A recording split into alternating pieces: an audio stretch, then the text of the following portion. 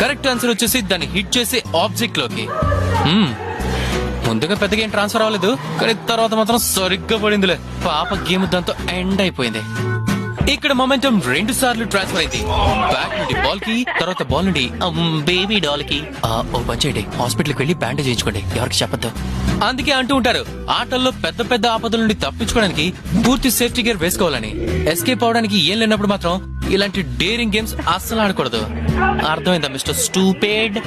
Science lesson లో question number 3, coefficient to restitution bounciness కి ఎలా ఎఫెక్ట్ అవుతుంది?